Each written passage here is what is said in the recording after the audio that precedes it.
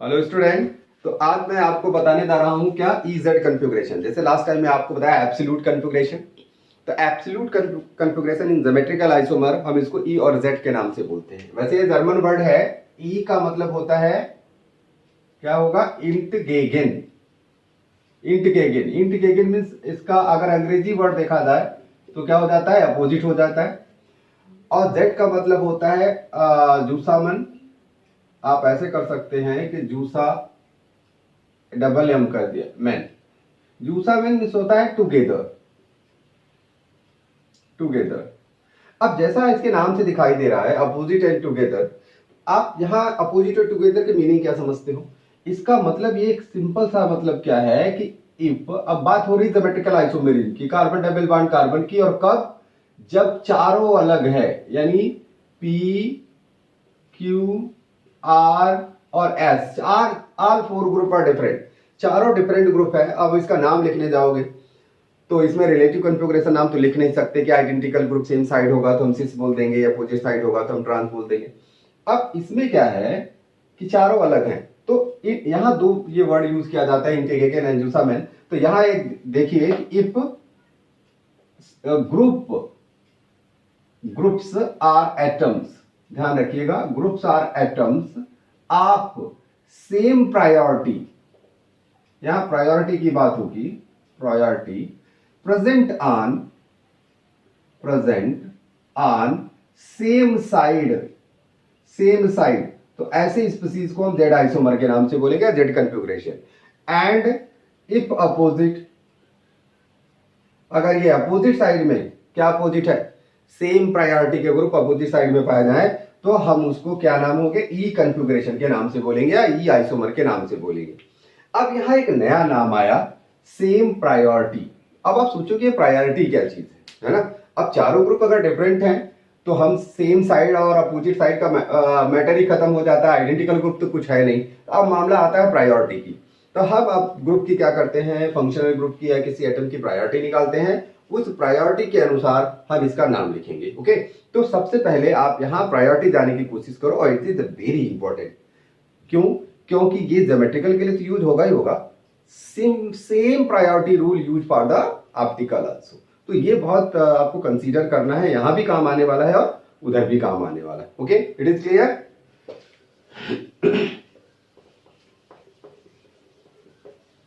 तो देखिए बच्चों, पहला नंबर, यहां प्रायोरिटी जानने के लिए आपको स्टडी करना पड़ेगा क्या, सीक्वेंस रूल। देखा आपने, सीक्वेंस रूल। अब ऐसे सीक्वेंस रूल यूज किया जाता है। अगर आपसे पूछा जाए कि क्यों आप पढ़ते हो sequence rule, what the use of sequence rule, तो आप ये कह सकते हैं फॉर, अभी जो आपको मैंने बताया, priority of groups are atoms, यानी प्रायोरिटी निकालने के लिए यूज किया जाता है। इसको हम, साइंटिस्ट जिसने इस रूल को बनाया था उसका नाम है कोहन, इनगोल्ड एंड प्रिलॉग। प्रिलॉग, तो इसको हम कभी कभी कोहन इनगोल्ड प्रिलॉग रूल के नाम से बोलते हैं, या इसको हम कभी कभी CIP रूल के नाम से भी बोलते हैं।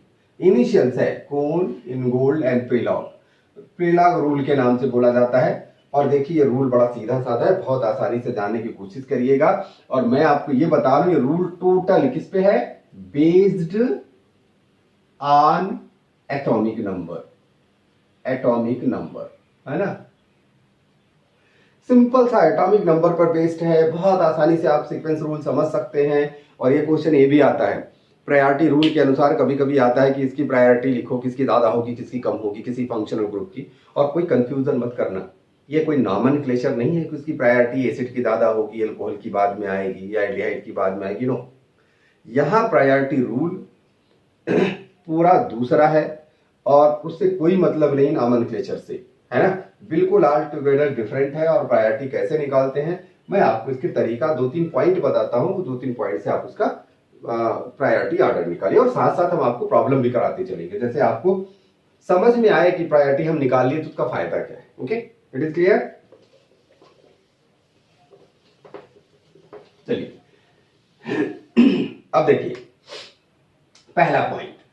अब हमने क्या किया कि जैसे मान लीजिए कोई ग्रुप लगा हुआ है, अब सीक्वेंस रूल कब यूज करते हैं, या हम कह रहे हैं इजेड आइसोमर कब यूज करते हैं, जब चार के चारों ग्रुप डिफरेंट हो। यानी हमने कार्बन डबल बॉन्ड कार्बन लगाया, दो जगह इधर खाली है, दो जगह उस कार्बन पे खाली है, और ये चार के चारों जो ग्रुप है चारों डिफरेंट होंगे, ग्रुप भी हो सकते हैं, चारों एटम्स होते हैं, चारों डिफरेंट होंगे, और तभी तो हम इजेड लिखेंगे, तभी तो प्रायोरिटी की जरूरत पड़ेगी। तो हम यहां बात करते हैं कि इफ ऑल आर, हम जिससे कंपेयर करने जा रहे हैं, ऑल आर एटम्स, सभी के सभी एटम्स हो तो क्या होगा, सिंपल सी बात देखो, छोटी सी बात है, मोर the atomic number, more the atomic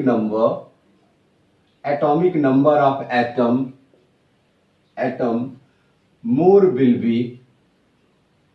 more will be its priority। देखा आपने, बहुत आसानी से आप निकाल दिए, जिसका ज्यादा एटॉमिक नंबर उसकी ज्यादा प्रायोरिटी। जैसे अगर हम बताओ अकेला एटम मिलता कौन है, ऑर्गेनिक केमिस्ट्री में आपको अकेले एटम कौन से मिलेंगे, हेलोजन मिलेंगे, हेलोजन के अलावा और कौन अकेला एटम मिलेगा, ले देकर के हाइड्रोजन मिलेगा। तो अकेले में आप देखो हेलोजन में तो सबसे ज्यादा एटॉमिक नंबर कौन से हेलोजन का होगा, ये भी आपको पता है, यानी आयोडाइड का ज्यादा होगा किससे, ब्रोमाइड से, प्रायोरिटी ब्रोमाइड का ज्यादा किससे होगा, कमान क्लोराइड से, और क्लोराइड किससे ज्यादा होगा, फ्लोराइड से। अब सीधे सीधे नंबर किसका आ जाता है, हाइड्रोजन का, इसके बाद किसका नंबर आएगा, हाइड्रोजन का। लेकिन आप ये ध्यान रखना, हाइड्रोजन में आइसोटोप भी पाया जाता है, हो सकता है हाइड्रोजन के अंदर ड्यूटेरियम दे दिया जाए, तब आप क्या करोगे, अब दोनों का एटॉमिक नंबर सेम है। ऐसे केस में अगर किसी एलिमेंट का आइसोटोपिक मास दिया रहे, या आइसोटोप अगर दिखा रहे, मतलब दो स्पीसीज दे दी गई, तीन स्पीसीज दे गए जो आपस में आइसोटोप है, ऐसे केस में तब हम आइसोटोपिक मास को कंसीडर करेंगे। ध्यान रखना, एटॉमिक नंबर अगर सेम है एलिमेंट की और मास अलग हो गया, यानी आइसोटोप हो गया, ऐसे केस में हम एटॉमिक नंबर नहीं, मैं मास को कंसीडर करेंगे। ले हर जगह मिलेगा भी नहीं, जहां आइसोटोपिक कंडीशन आएगी वहां मिलेगा, है ना। तो आप यहां देखने की कोशिश करो, हाइड्रोजन के तीन आइसोटोप्स हैं, एक होता है ट्राइटियम होगा, उसके बाद ड्यूटेरियम होगा, उसके बाद क्या होगा, हाइड्रोजन होगा। अब एटॉमिक नंबर इसका भी एक है, इसका भी एक है, इसका भी एक है, मास इसका ज्यादा था, इसलिए हमने इसको ज्यादा प्रायोरिटी ऑर्डर में। Okay, it is clear. अब देखो, चलो हम एग्जांपल्स भी साथ साथ बताते हैं, तभी तो आपको समझ में आएगा। आप देखिए एग्जांपल देखिए, हमने ये दिया कार्बन डबल बॉन्ड कार्बन, हमने ग्रुप दे दिया आयोडाइड दे दिया, इधर दे दिया ब्रोमाइड, और इधर दे दिया फ्लोराइड, और इधर दे दिया क्या जो बचा हुआ है क्लोराइड दे दिया। और मैंने आपसे पूछा कि चलो आप बताओ ये ई है कि जेड है। तो देखिए मैं क्या बता रहा था कि जब आप इसको कंसीडर करो, यानी इस कार्बन को कंसीडर करो, इनसे कोई मतलब नहीं है आपका। चलो प्रायोरिटी निकालो, ये आयोडाइड है और ये ब्रोमाइड है, तो ये एक नंबर आया और ये आया 2 नंबर। बात समझ में आई? इसको छोड़ते हैं, इधर चलते हैं। इधर आप आएंगे तो पता लगा क्लोराइड लगा है और इधर फ्लोराइड लगा है, तो क्लोराइड का प्रायोरिटी यानी एटॉमिक नंबर ज्यादा है किससे, फ्लोराइड से। आपने ऐसे 1 2 लगाए। अब आप देखो सेम प्रायोरिटी का ग्रुप सेम साइड में अपोजिट साइड में है, तो आप देखोगे सेम प्रायोरिटी का ग्रुप कहां प्रेजेंट है, अपोजिट साइड में प्रेजेंट है। अब देखा ये क्लोरीन आयोडीन 1 अपोजिट डायरेक्शन में, 2 अपोजिट डायरेक्शन में, तो that's why this is belong to E configuration, है ना। क्या हो गया, ई कन्फिगुरेशन आ गया। देखा आपने, इस तरीके से। जैसे अगर हमने दिया कार्बन कार्बन डबल बॉन्ड दे दिया, ठीक, हमने यहाँ क्या दे दिया, चलो आयोडाइड ही दे दिया यहाँ, और यहाँ दे दिया क्या, फ्लोराइड दे दिया, और इधर साइड में हमने दे दिया मान लीजिए हाइड्रोजन दे दिया, हाँ, और इधर साइड में हमने क्लोराइड दे दिया, ऐसे दे दिया। अब तो चलो निकालो प्रायोरिटी ऑर्डर। तो प्रायोरिटी ऑर्डर निकालने के समय आप क्या करोगे, देखो ये आयोडीन है, ये फ्लोरीन है, तेरे को पता है ये 1 हुआ, ये 2 हुआ, क्लियर, और ये क्लोरीन है, ये 1 हो गया, ये 2 हो गया। आपने देखा प्रायोरिटी ऑर्डर हुआ क्या, same 1 1, same priority same side, same priority same side, this is belong to Z isomer. हाँ, बड़ा सिंपल है, बहुत आसानी से आप ये और जेड आइसोमर को कैलकुलेट कर सकते हो। देखा आपने, तो सिंपल सा कॉन्फ़िगरेशन, लेकिन आपको प्रायोरिटी ऑर्डर पता होना चाहिए। सिंगल एटम में प्रायोरिटी में कोई प्रॉब्लम भी नहीं। Okay, clear. आगे देखिए,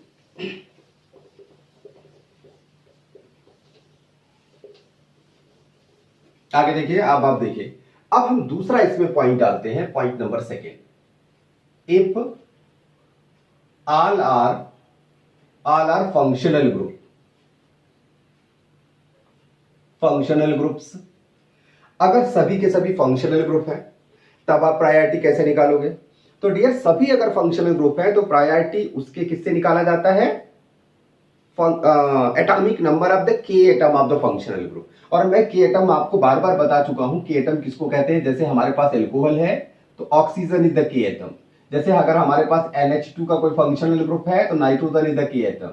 हमारे पास अगर मान लीजिए किसी कार्बोक्सिलिक एसिड प्रेजेंट है तो कार्बोक्सिलिक एसिड में ये कार्बन क्या है, के एटम। यानी ऐसे केस में मोर द एटॉमिक नंबर, देखो more the atomic number of K atom more will be its priority. Okay, सीधे सीधे आप देखते हैं उनकी प्रायोरिटी क्या होगी, ज्यादा होगी। It is clear. तो बहुत आसानी से इस बात को आप समझ सकते हैं। अब देखिए मैं एग्जांपल बताता हूं। जैसे मान लीजिए मैंने आपको दे दिया, चलो कार्बोक्सिलिक एसिड दे दिया, ये कार्बोक्सिलिक एसिड दे दिया। दूसरे नंबर पे हमने दे दिया थायो एल्कोहल, तीसरे नंबर पे हमने OH दे दिया, चौथे नंबर पे हमने NH2 दे दिया। एक सिंपल से तरीका, पांचवें नंबर पे हमने मान लो फ्लोरीन दे दिया। This is not functional group, क्योंकि ये ग्रुप नहीं, एक से ज्यादा एटम से मिलेगा तब तो ग्रुप बनेगा, अभी तो अकेला है, क्योंकि फिर भी कोई बात नहीं। अब आप देखो क्या लगा है, बोलो यहां लगा है कार्बन। अब फंक्शनल ग्रुप का के एटम देखो, carbon, sulphur, oxygen, nitrogen, fluorine, सभी में किसका एटॉमिक नंबर सबसे ज्यादा है, आप देखो सल्फर का। तो SH यहां पहले आया प्रायोरिटी पे। उसके बाद एटॉमिक नंबर किसका ज्यादा है, फ्लोरीन का, फ्लोरीन आ गया यहां। उसके बाद एटॉमिक नंबर बताओ किसका ज्यादा होगा, ऑक्सीजन का। फिर इसका प्रायोरिटी ऑर्डर में OH आया, OH के बाद फिर किसका होगा, NH2 का आया।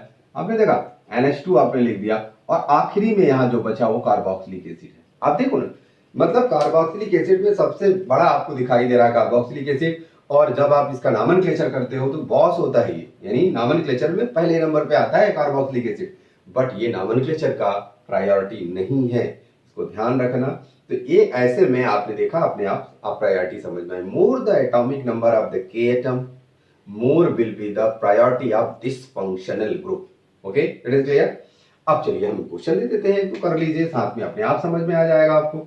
जैसे हमने दे दिया, चलो हम यहाँ SS लगा दिया, यहाँ हमने NH2 लगा दिया, और इधर हमने क्या लगाया, कार्बोक्सिलिक एसिड लगा दिया। देखा, कार्बोक्सिलिक एसिड लगा दिया, इधर लगा दिया OH। बताओ E है कि Z है, तो पहले आप प्रायोरिटी निकालोगे। सल्फर, नाइट्रोजन 1 नंबर आया और ये 2 नंबर आया। फिर चलते हैं, कार्बन है, ऑक्सीजन है, तो ऑक्सीजन क्या आएगा, 1 नंबर आएगा, कार्बन क्या आएगा, 2 नंबर आएगा। ये दो ही की प्रायोरिटी निकालनी है, जो क्योंकि आपस में लगे हुए तो दूसरे कार्बन पे लगा। अब देखो सेम प्रायोरिटी का ग्रुप कहां प्रेजेंट है, आपको क्या दिखाई दे रहा है, अपोजिट डायरेक्शन में। देखा, सल्फर और ये अपोजिट डायरेक्शन में है, that's why this is belong to E isomer. बहुत आसानी से आप समझ गए। ऐसे कोई भी स्पीसीज आप बना सकते हैं, E और Z जो भी आए आप लिख सकते हो। जैसे मान लीजिए हमने यहाँ लिख दिया एल्डिहाइड, और हमने यहाँ सीधे क्या लिख दिया, CH3 लिख दिया।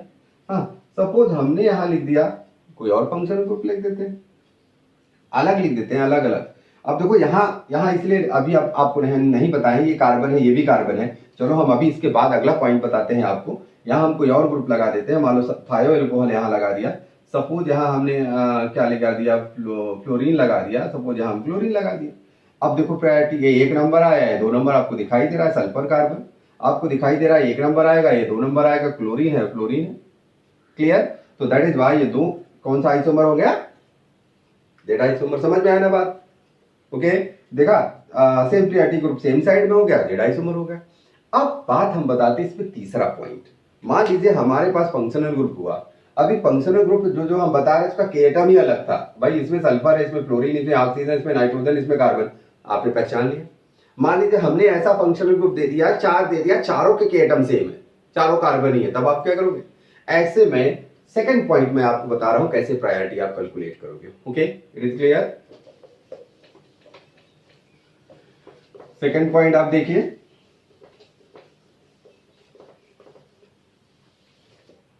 Third point number third, if functional groups having same है आइडेंटिकल के एटम ही अगर सेम हो तब आप क्या करोगे। अब ऐसे कंडीशन में क्या होता है, ऐसे कंडीशन में हम क्या करते हैं कि मान लो 4 ग्रुप लिख लिए और चारों के एटम सेम है, मान लो चारों में कार्बन है। जैसे मान लीजिए मैंने ले लिया एक एल्डिहाइड, एक ले लिया क्या, कीटोन ले लिया, और एक ले लिया मान लीजिए हमने एस्टर ले लिया, एक साइनाइड ले लिया, हाँ एक मान लो एल्कीन ले लिया, एल्काइन ले लिया, यानी सब में क्या लगे हैं, कार्बन लगे हैं। अब ऐसे में आपसे पूछा जाए कि यार किसका प्रायोरिटी ज्यादा होगा, तो आप बोलोगे एटॉमिक जो के एटम है सब आइडेंटिकल हो गए। तो इसमें एकदम सिंपल सा, इसमें भी कोई ज्यादा घबराने की जरूरत नहीं है, सिर्फ फंक्शनल ग्रुप के जस्ट आगे वाला एटम से आप कंपेयर करेंगे। यानी चूंकि के एटम सबका सेम हो गया, अब क्या करेंगे, सब में के एटम को छोड़ा, उसके आगे वाले एटम से कंपेयर करेंगे। मान लीजिए आगे वाला एटम भी सेम है तो उसको छोड़ करके आगे वाले एटम से कंपेयर करेंगे। अगर मान लो वो भी सेम है तो आगे वाले से कंपेयर करेंगे, और मान लो वो भी सेम है, आगे आगे सब सेम है, तो फॉर काइंड इंफॉर्मेशन आप डियर, आप चश्मा ठीक करो, दोनों फंक्शनल ग्रुप ही सेम होंगे, तभी तो सब कुछ सेम होगा। अरे भाई डिफरेंट हो गया, कहीं तो डिफरेंट आएगा, अगर जहां डिफरेंट आ जाएगा वहीं जिसका एटॉमिक नंबर ज्यादा होगा हम उसी को ज्यादा प्रायोरिटी के बारे में बोल देंगे। तो ऐसे में देन आप लिख सकते हैं, then priority specified by atom next to के एटम, के एटम। और अगर नेक्स्ट भी बराबर हो गया तो हम आगे लिख देते हैं एंड सो ऑन। आप समझदार हो, बहुत आसानी से आप समझ सकते हो, है कि नहीं, एंड सो ऑन, आगे बढ़ते चले जाओ, कोई दिक्कत नहीं।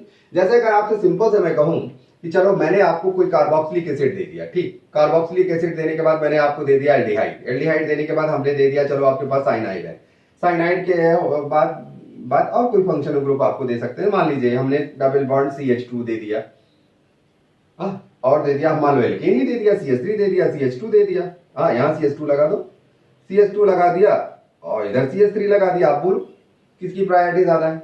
तो ऐसे केस में अब देखो carbon carbon carbon carbon carbon, सबके पास कार्बन है, ऐसे कैसे पता चलेगा किसकी प्रायोरिटी ज्यादा है। तो ऐसे प्रायोरिटी निकालने के लिए हम कंपेयर करेंगे कि इसके फंक्शनल ग्रुप जो है उनकी अगला एटम के एटम के अगले वाले एटम से का जिसका एटॉमिक नंबर ज्यादा होगा उसकी प्रायोरिटी ज्यादा होगी। Okay, it is clear. चलिए मैं यहां बताता हूं आपको बड़ा सिंपल सा तरीके से। देखिए अब इसको कंपेयर कैसे किया जाता है ये भी साथ में ध्यान रखिएगा। जैसे आपके पास कार्बोक्सिलिक एसिड है तो कार्बोक्सिलिक एसिड लिखा कैसे जाता है, आप देखिए C डबल बॉन्ड O और OH लिखा जाता है, इसका बहुत ध्यान से रखिए। और इसको जब भी हम कंपेयर करेंगे ध्यान रखिएगा ये C है, ठीक, ये जिससे डबल बॉन्ड पे अटैच होगा उसको दो बार हम ट्रीट करेंगे। जैसे कार्बन डबल बॉन्ड ऑक्सीजन, तो you treated as the 2 time oxygen oxygen, देखा आपने, और एक ऑक्सीजन और लगा है, एक ऑक्सीजन और लगा है, आप ऐसे लिखिए this is the carboxylic acid, यानी ये कार्बोक्सिलिक एसिड ऐसा है, और कंपेयर करेंगे।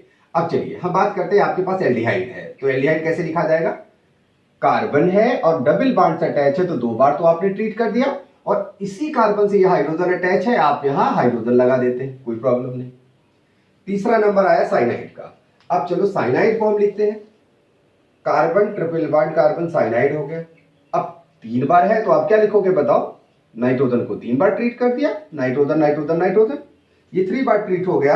और आप देखिए 3 बार ट्रीट हो गया, उसके बाद हमने दिया डबल बॉन्ड को, यानी CH डबल बॉन्ड CH2 को देखिए आप, ये कार्बन है, देखा आपने, कार्बन है और कार्बन में डबल बॉन्ड से कार्बन अटैच है, हमने डबल बॉन्ड से कार्बन अटैच कर दिया। और ये जो कार्बन पे हाइड्रोजन है तो डियर एक हाइड्रोजन आप इधर लिख दो, एक इधर लिख दो, चलेगा, कोई प्रॉब्लम नहीं। और एक हाइड्रोजन यहां से ऑलरेडी अटैच है, यहां है, आप ऐसे कर दो। फिर हम करते हैं लास्ट में एल्कीन दिया गया था, क्या दिया गया था, CH2 दिया गया था और CH3। अब आप देखो ये कार्बन एक ही कार्बन से अटैच है, इस पे 2 हाइड्रोजन है, एक हाइड्रोजन यहां लिख दो, एक हाइड्रोजन यहां लिख दो, और उसके बाद 3 हाइड्रोजन यहां है, 3 हाइड्रोजन आप यहां लिख देते हो, ऐसे ऐसे ऐसे, देखा। चलिए कंपेयर करते हैं हम आपको। अब देखो यहां कार्बन यहां कार्बन कार्बन कार्बन कार्बन, पता नहीं चल पाया, एवरीवेयर कार्बन। अब चलते हैं यहां ऑक्सीजन यहां ऑक्सीजन, मामला बराबरी का चल रहा है, मगर यहां नाइट्रोजन आ गया, ऑक्सीजन से ज्यादा एटॉमिक नंबर नहीं है, कार्बन है, दैट्स व्हाई कंपटीशन 2 के बीच में चल गया, यानी ये कट हो गया, ये कट हो गया, ये कट हो गया, ये कट हो गया, बट यहां ऑक्सीजन आया और यहां हाइड्रोजन आया। तो मेरे ख्याल से आपको बात समझ में आई होगी, प्रायोरिटी किसकी ज्यादा हो गई, इन सब में सबसे ज्यादा प्रायोरिटी हो गई कार्बोक्सिलिक एसिड की, देखा आपने, कार्बोक्सिलिक एसिड की। चलिए उसके बाद तो आपको पता है नाइट्रोजन है, कार्बन है तो मैटर ही खत्म हो गया, यानी कार्बो, उसके बाद क्या है एल्डिहाइड, एल्डिहाइड के बाद क्या आ गया, यहां आ गया साइनाइड। अब साइनाइड के बाद आप देखो इसकी, ये कार्बन कट, ये कार्बन कट, हाँ यहाँ कार्बन कट, यहाँ कार्बन कट। अब उसके बाद यहाँ कार्बन है और यहाँ क्या है, हाइड्रोजन है। तो दैट्स वाई अब क्या आएगा, CH2 CH double bond CH2 आ गया, और तब जाकर के क्या आएगा, CH2 और CH3 आएगा। देखा आपने। तो इस तरीके से प्रायोरिटी बहुत आसानी से आप कैलकुलेट कर सकते हो, मगर ध्यान रखना जहां डबल बॉन्ड होगा उसको 2 बार हम ट्रीट करेंगे, तभी प्रायोरिटी आप कैलकुलेट कर सकते हो, अदरवाइज नहीं कैलकुलेट कर पाओगे, है कि नहीं। और ट्रिपल बॉन्ड अब सिंपल सा, ट्रिपल बॉन्ड का ज्यादा होगा डबल बॉन्ड से। Okay, it is clear. तो मेरे ख्याल से बहुत आसानी से आप इसका EZ आइसोमर कैलकुलेट कर सकते हो। एक एग्जांपल मैं इसका देता हूं। ओके,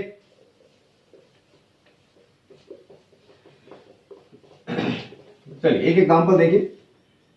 अगर हम आपसे कहें कि आपके पास कार्बन डबल बॉन्ड कार्बन है, खुद अपने से कैलकुलेट करो। हमने मान लीजिए यहाँ ट्रिपल बॉन्ड लगा दिया CH, और मैंने यहाँ लगा दिया बेंजीन, ठीक, यहाँ लगा दिया बेंजीन, और यहाँ कुछ भी लगा दिया, मान लो हमने SH लगा दिया, और यहाँ हमने लगा दिया COOH लगा दिया।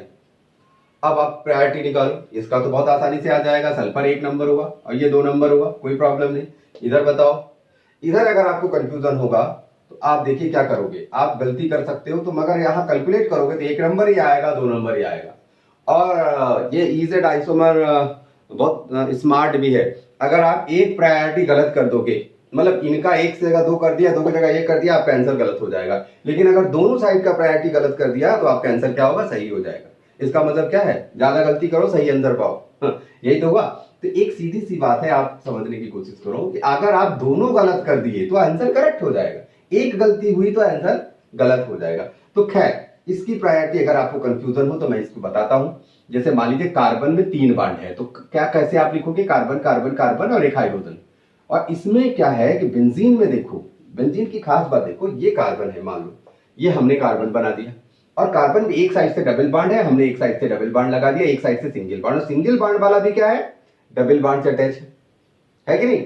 सिंगल बॉन्ड वाला, अगर ये सिंगल बॉन्ड है, हमने सिंगल बनाया, ये डबल है, हमने 2 बार बनाया, और अब ये सिंगल वाला डबल से अटैच है। अब आप सोचो, कट हुआ कट हुआ, आगे चलते हैं, एक कार्बन एक carbon, 2 carbon 2 carbon, 3 carbon 3 carbon, cut हो गया। अब इसके बाद क्या, कार्बन से क्या लगा है, हाइड्रोजन लगा है, कार्बन से क्या लगा है, फिर कार्बन ही लगा है, एक हाइड्रोजन है, मगर पहले बड़े वाले को कंपेयर करेंगे ना। तो दैट इज वाई इनका सिलसिला तो चलता रहेगा, इनका सिलसिला बंद हो जाएगा बीच में।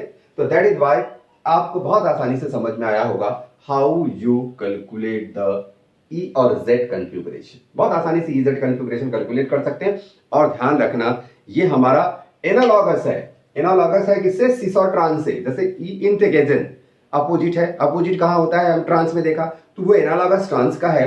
और दूसरा आपने देखा, ये एनालॉगस किसका है, सिस का एनालॉगस है, आपने कहा सेम साइड का। तो इससे भी आप कंसीडर कर सकते हो। एनालॉगस और होमोलॉगस ऑर्गन्स आपने बायोलॉजी में, अरे जो बायोलॉजी वाले होंगे उनको पता होगा, बहुत फैमिलियर वर्ड है एनालॉगस। और तो इस तरीके से मैं आप समझ आया होगा, आपको सारी बातें ये हमारी समझ में आई होगी इस चैप्टर का। और बहुत आसानी से EZ कैलकुलेट कर लो। सीक्वेंस रूल दिमाग में रखना, क्योंकि आगे आर्टिकल में पूरा सीक्वेंस रूल आने वाला है। और मैं रिक्वेस्ट करता हूँ आप मेरे चैनल को सब्सक्राइब करो और लाइक करो, और जैसे आपको सारे वीडियो हमारे मिलते रहे, और आप JEE और नीट के लिए एक एक्सलेंट आपको स्टडी मटेरियल हमारे वीडियो के द्वारा मिले। Okay, thank you.